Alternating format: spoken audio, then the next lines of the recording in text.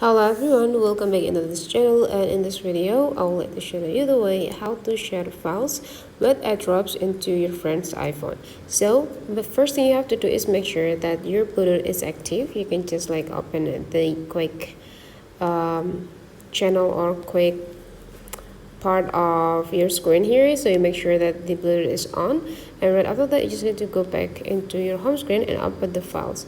Now you just need to find the files that you want to share into your friends. So let's say here I would like to send this file. So the thing that you have to do is just go click and hold the files, click and hold, and there will be give you several options here. So you just need to take a look on this almost the last part of the option, which is the share options. Go click them and you will have an options to share the files. You just need to pick the Airdrops, and you just need to wait until your friend's Airdrop is detected by your phone.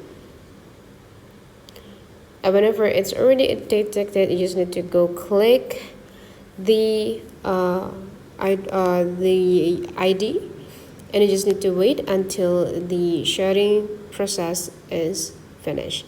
So that is the way how to send files through iDrops into your friend's iPhone. Hopefully today's tutorial is useful for you. Thank you for watching, and I would like to see you for the next tutorial.